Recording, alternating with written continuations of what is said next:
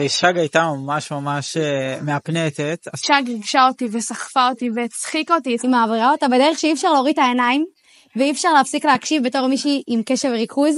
שג, וואו, מדהימה, מדהימה, מדהימה. זה להתחבר בשנייה מטורפת, פשוט סוחפת. אנחנו, כל הקהל היה פשוט מאופנת.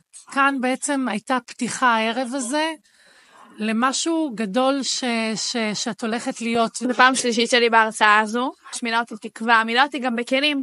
הרגשתי שאני מוארת דרכה, ושיש לי את הזכות להאיר את החיים של עוד אנשים מהכלים שקיבלתי. הייתה קולחת ומעניינת וקוראת מצחוק.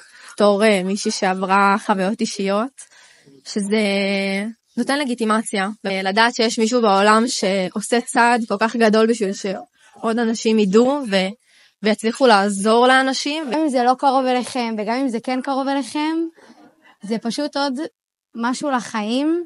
זה באמת פוגש כל אחד. העיפי את המסר לכל העולם, הבמות, הרצאות, ספרים. אני אבוא שוב, בטוח. אני בטוחה שזה נגע בכל אחד ואחד מאיתנו, ואני יודעת שאני יוצאת מפה עם מתנה. חכה לחלק ב'.